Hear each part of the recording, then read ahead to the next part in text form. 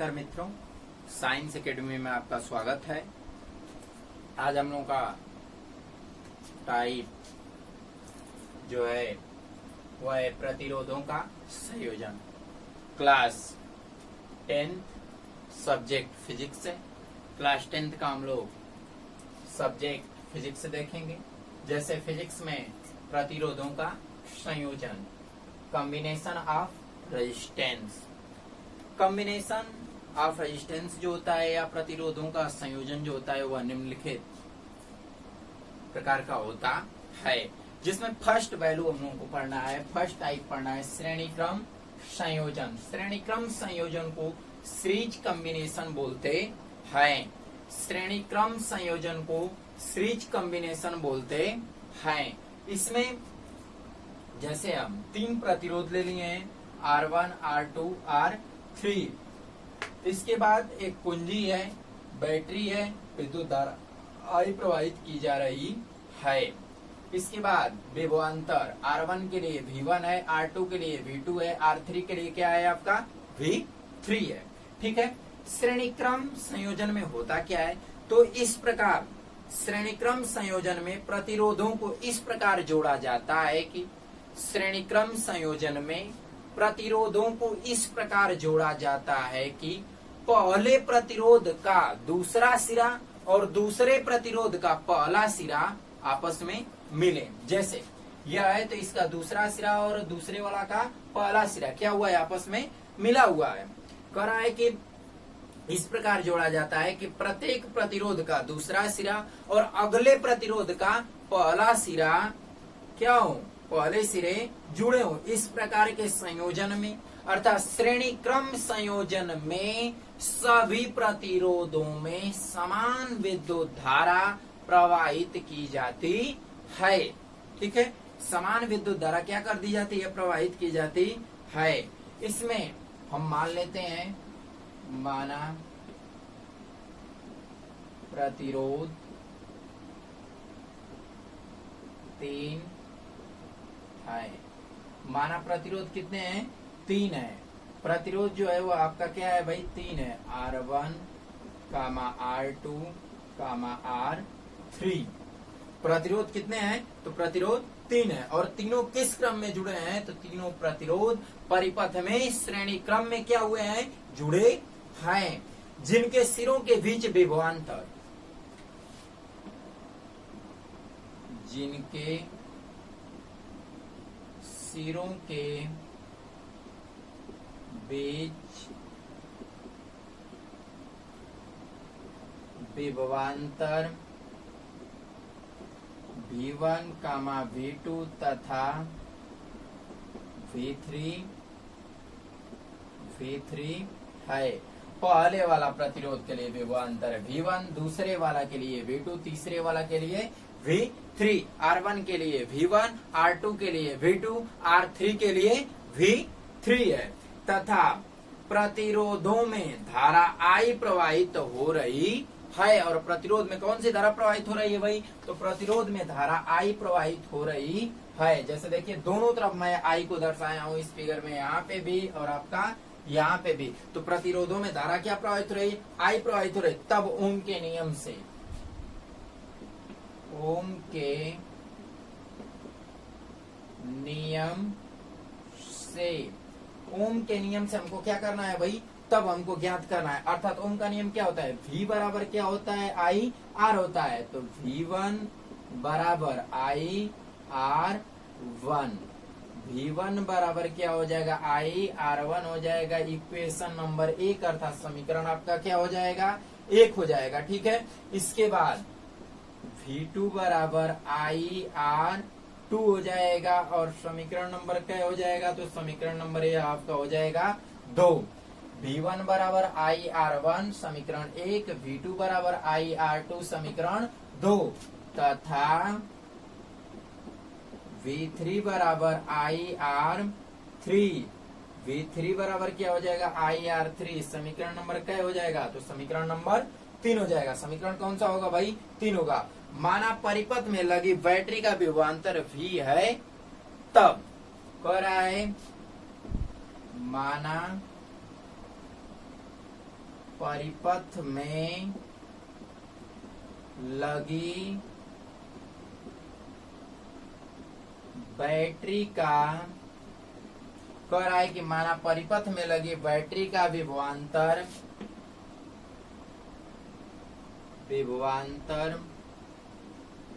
V है, तब परिपथ में जो बैटरी लगी है उस बैटरी का विभवांतर क्या है भाई, तो उस बैटरी का विभवांतर V है। तो V बराबर हम क्या लिखेंगे, V बराबर लिखेंगे V1 plus V2 plus V3। क्यों, तीन ही वैल्यू न दिया है, क्यों, R1 के लिए V1, R2 के लिए V2, R3 के लिए V3। तब हम इसको इक्वेशन नंबर क्या कर देंगे, इक्वेशन नंबर 4 कर देंगे, अर्थात समीकरण नंबर क्या हो जाएगा आपका, तो समीकरण नंबर 4 हो जाएगा। अब इसमें A से D तक हम ज्ञात करेंगे, सिरा क्या है, A से D हम ज्ञात करेंगे। यदि A तथा D के मध्य तुल्य प्रतिरोध कैपिटल R हो तो ओम के नियम से। अब कह रहा है कि A और D के बीच में जो तुल्य प्रतिरोध है वह क्या है, तुल्य प्रतिरोध कैपिटल R हो तो ओम के नियम से। अब ओम के नियम से कहा है भाई, देखिए कुछ ऊपर की वैल्यू हम मिटा देते हैं इधर की। अब इस इधर हम दर्शाते हैं, तो कहा है कि यदि A तथा D के मध्य तुल्य प्रतिरोध, A तथा D के मध्य तुल्य प्रतिरोध, कह रहा है कि A तथा D के मध्य तुल्य प्रतिरोध क्या है, कैपिटल R है, तब ओम के नियम से। तब क्या पूछ रहा है भैया आपका, तब पूछ रहा है ओम के नियम से। तब ओम का नियम क्या है, तब ओम का नियम है V बराबर आई आर। V बराबर क्या है, आई आर है। समीकरण नंबर क्या हो जाएगा आपका, समीकरण नंबर क्या हो जाएगा आपका, तो समीकरण नंबर 5 हो जाएगा। ठीक है, समीकरण 5 का मान समीकरण 4 में रखने पर। अब कह रहा है कि समीकरण 5 का मान कितने में रखना है, समीकरण 4 में रखना है। इस वाले वैल्यू को मैं मिटा देता हूं, फिर देख लिया जाएगा।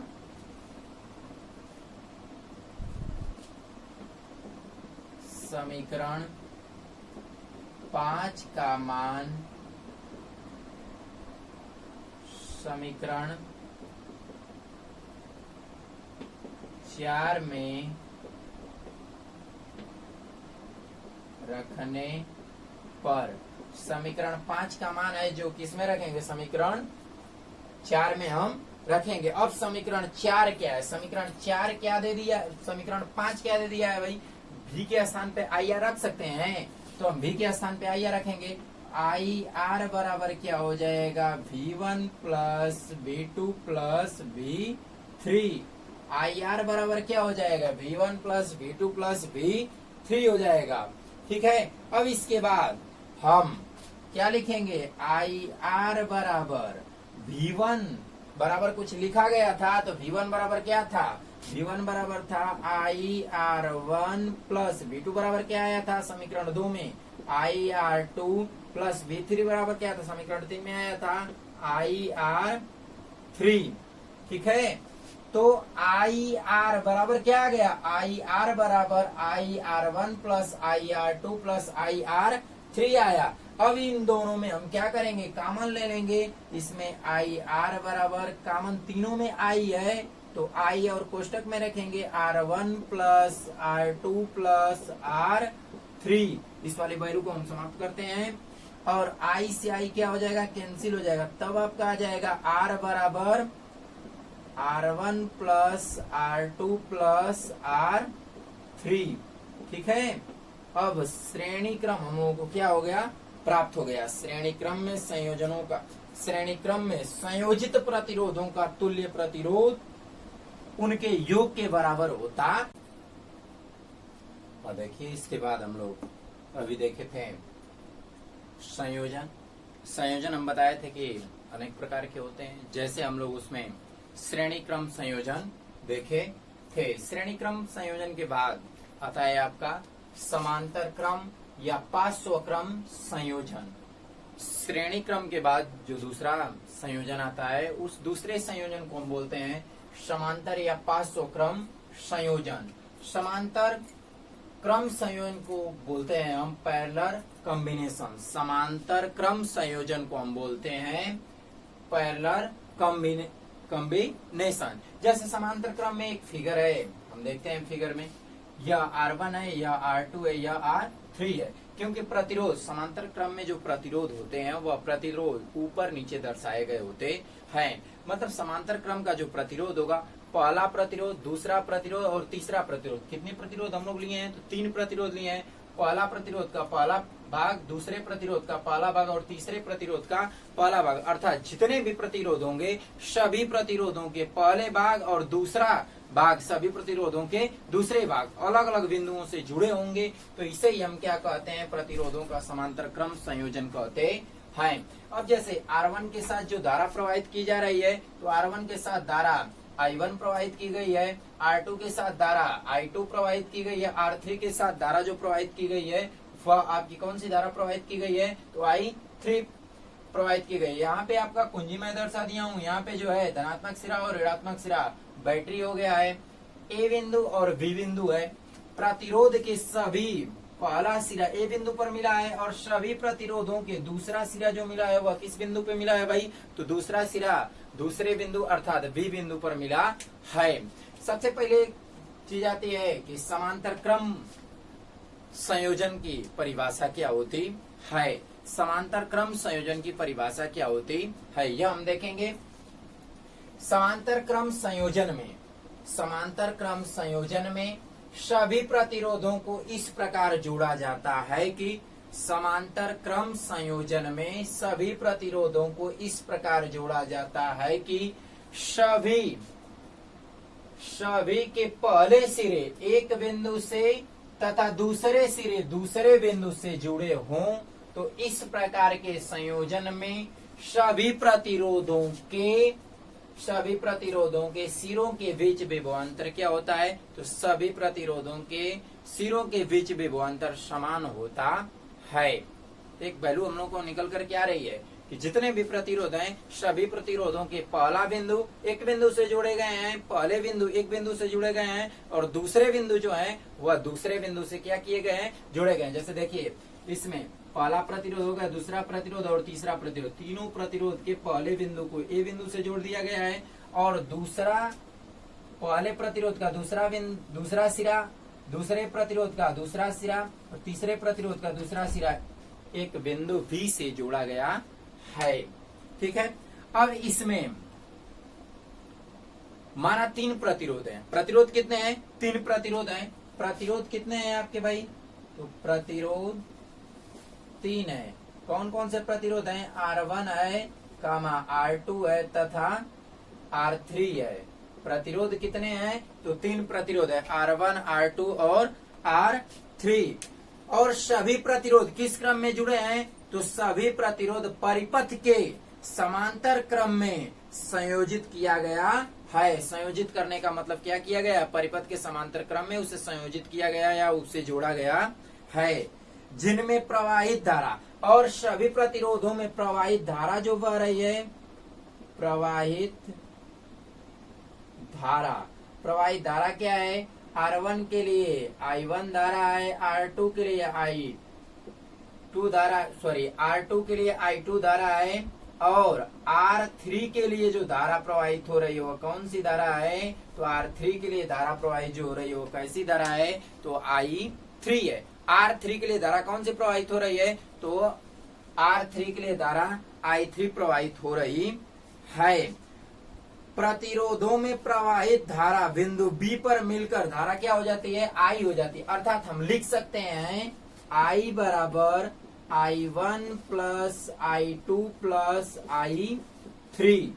तब A बिंदु पर धारा का जो मान है R1 के लिए I1 है, R2 के लिए I2 है, R3 के लिए I3 है। लेकिन यही धारा बिंदु B पर जब मिली है तो यहाँ पे क्या हो जा रही है भाई? तो आपकी धारा ओनली I हो जा रही है। तो धारा बराबर हमको ज्ञात करना है। देखिए तब धारा बराबर हम ज्ञात करेंगे। तो धारा बराबर क्या ज्ञात करेंगे भाई, तब हम धारा बराबर ज्ञात कर सकते हैं। अर्थात हमको संपूर्ण धारा चाहिए ना, तो जब संपूर्ण धारा चाहिए तो हम I बराबर क्या लिख सकते हैं, I बराबर हम लिख सकते हैं I1 plus I2 plus I3, और यह आपका इक्वेशन नंबर क्या बन जाएगा, तो यह आपका इक्वेशन नंबर 1 बनेगा। अर्थात समीकरण क्या हो जाएगा, आपका समीकरण 1 हो जाएगा। माना बिंदु A तथा B, कितने बिंदु हैं, A और 2 बिंदु है। कह रहा है कि माना A तथा B के मध्य, बिंदु A तथा B के मध्य विभवांतर क्या है, V है, और विभवांतर जो लगा है A और V के बीच में, विभवांतर कैसा है भाई, तो विभवांतर जो है वह क्या है आपका V है, तथा प्रत्येक प्रतिरोध A तथा V के मध्य जुड़ा है, और सभी प्रतिरोध जो है A और V के मध्य क्या हुए हैं, जुड़े हुए हैं। अतः प्रत्येक प्रतिरोध का विभवांतर V होगा। तब हम ओम के नियम के अनुसार, ओम के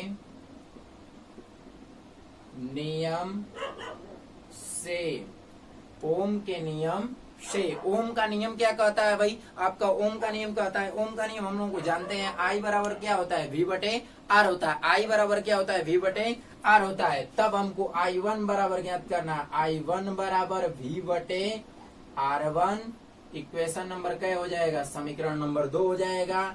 I2 बराबर हो जाएगा V बटे R2, समीकरण नंबर क्या हो जाएगा, यह समीकरण नंबर 3 हो जाएगा। I3 बराबर क्या होगा, तो I3 बराबर हो जाएगा V बटे R3, समीकरण नंबर क्या हो जाएगा यह, तो समीकरण नंबर आपका 4 हो जाएगा। समीकरण 1 निकल गया। समीकरण 1 क्या है, I बराबर I1 plus I2 plus I3 है, समीकरण 1 हो गया। फिर इसके बाद ओम के नियम से I1 बराबर V बटे में R1 है, I2 बराबर V बटे R2 है, I3 बराबर V बटे R3 है। अब समीकरण 2 यह हो गया, समीकरण 3 यह हो गया, और यह समीकरण आपका क्या हो गया, 4 हो गया। तब इसके बाद हम क्या करेंगे, समीकरण 2, समीकरण 3 तथा समीकरण 4 का मान समीकरण 1 में रखने पर, समीकरण 2, समीकरण 3 और समीकरण 4 का मान किस समीकरण में रखना है, तो समीकरण 1 में रखना है। देखिए आपका फिगर मिटा देते हैं हम, और इसके बाद समीकरण 1 में ही हम क्या करेंगे, समीकरण 2, समीकरण 3 और समीकरण 4 का मान रखेंगे। और जैसे ही हम मान रखेंगे तो क्या हो जाएगा, जैसे देखिए I बराबर, I1 बराबर क्या है, दे दिया है, I1 बराबर दिया है V बटे में R1, तो V बटे में हम क्या रख देंगे, R1 रखेंगे। प्लस का चिन्ह दे दिया है, समीकरण 1 में प्लस का चिन्ह ले लेंगे। I2 बराबर क्या दे दिया है, V बटे R2 दे दिया है, प्लस I3 बराबर आपका क्या दे दिया है, तो I3 बराबर आपका दे दिया है V बटे R3।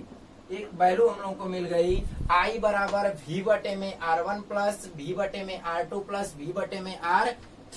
ठीक है, यह वैल्यू मिली। समीकरण क्या हो जाएगा यह वही आपका, तो समीकरण 5 हो जाएगा। इसको समीकरण को हम क्या बोलते हैं, और इक्वेशन बोलते हैं। समीकरण को हम क्या बोलते हैं, इक्वेशन बोलते हैं। यदि बिंदु A और B, फिगर में क्या था, A और V बिंदु था, 2 ही बिंदु उसमें दर्शाया ही गया था फिगर में, A बिंदु और क्या था आपका B बिंदु था।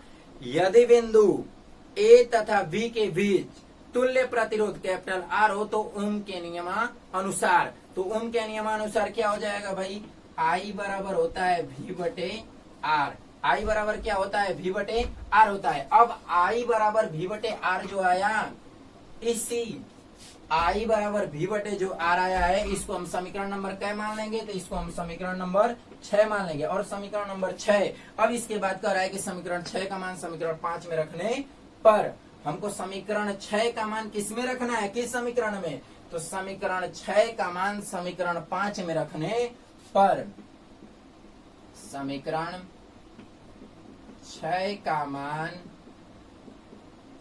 समीकरण 5 में रखने पर, समीकरण 6 का मान क्या करना है भाई, समीकरण 5 में रखना है। समीकरण आपका 6 क्या, I बराबर V बटे R है, समीकरण 5 क्या है, I है। I के जगह पे हम क्या रख देंगे, V बटे R रखेंगे। V बटे R बराबर क्या हो जाएगा भैया आपका, V बटे R बराबर हो जाएगा V बटे R1 प्लस V बटे R2 प्लस V बटे R3, यह हो जाएगा आपका। तब क्या करेंगे, हम कॉमन ले सकते हैं, V बटे R बराबर और इस सभी में क्या है, v कॉमन है, तो v को हम कॉमन ले लेते हैं, तब क्या हो जाएगा 1/r1 plus 1/r2 plus 1/r3 और v से v क्या हो जाएगा, कैंसिल हो जाएगा, तब यहाँ पे क्या बचेगा, 1 बचेगा, 1/r बराबर 1/r1 plus 1/r2 plus 1/r3। यह आपका क्या हो गया, समांतर क्रम का फार्मूला मिल गया। हम लोग को समांतर क्रम का क्या हुआ, फार्मूला मिल गया। समांतर क्रम में संयोजित प्रतिरोधों के तुल्य प्रतिरोध, समांतर क्रम में संयोजित प्रतिरोधों के तुल्य प्रतिरोध का व्युत्क्रम उन प्रतिरोधों के व्युत्क्रमानुपाती के योग के बराबर होता है। यदि जैसे देखिए आपका दे दे और कोई भी संयोजन दे और उस संयोजन में यदि अधिकतम वैल्यू पूछेगा तो अधिकतम वैल्यू, संयोजन में यदि अधिकतम वैल्यू पूछता है तो श्रेणी क्रम में रखेंगे। अगर कोई संयोजन दिया है और उस संयोजन में न्यूनतम वैल्यू पूछता है तो हम कौन सा रखेंगे, समांतर क्रम रखेंगे। और दूसरी चीज एक और दिया रहेगा, श्रेणी क्रम में एक के बाद एक प्रतिरोध को संयोजित किया जाता है और समांतर क्रम में जो प्रतिरोध होते हैं, समांतर क्रम में संयोजित प्रतिरोध को ऊपर नीचे रखा जाता है। ठीक है, तो यदि आपका श्रेणी क्रम दिया रहेगा तो श्रेणी क्रम में r बराबर r1 plus r2 plus r3 ये हम लगाएंगे। अगर मान लीजिए 2 प्रतिरोध दिया है तो 2 तक रखेंगे, 3 दिया है तो 3 तक, जितना बढ़ाएगा उतना हम क्या करेंगे, बढ़ाते चले जाएंगे। अगर समांतर क्रम में दिया है तो 1/r बराबर 1/r1 plus 1/r2 plus 1/r3, अगर 4 दिया है तो 1/r4 करेंगे, 5 दिया है तो 1/r5 करेंगे। ठीक है, उसको हम क्या करते चले जाएंगे भाई, ऐड करते चले जाएंगे। इसके बाद एक और है, इसमें मिश्रित क्रम संयोजन आता है। एक आता है आपका मिश्रित क्रम संयोजन। मिश्रित क्रम संयोजन क्या होता है, कोई चित्र ऐसा देता है या कोई संयोजन ऐसा होता है जिस संयोजन में श्रेणी क्रम भी होता है और समांतर क्रम भी होता है। यदि कोई संयोजन है, उस संयोजन में श्रेणी क्रम भी दिया है और समांतर क्रम भी दिया है, तो उसे हम क्या कहते हैं, तो उस संयोजन को मिश्रित क्रम संयोजन कहते हैं। तो सबसे पहले हम क्या ज्ञात करते हैं, मिश्रित क्रम संयोजन दिया रहेगा तो यदि मिश्रित क्रम संयोजन दिया हुआ है तो मिश्रित क्रम संयोजन में हम श्रेणी क्रम पहले ज्ञात करते हैं, इसके बाद हम क्या करते हैं, समांतर क्रम ज्ञात कर लेते हैं। तो यह रहा है आपका संयोजन से संबंधित। आप लोग वीडियो देखने के बाद वीडियो को सब्सक्राइब, वीडियो को लाइक कर दिया करिए, शेयर कर दिया करिए और मेरे चैनल को सब्सक्राइब कर दिया करिए।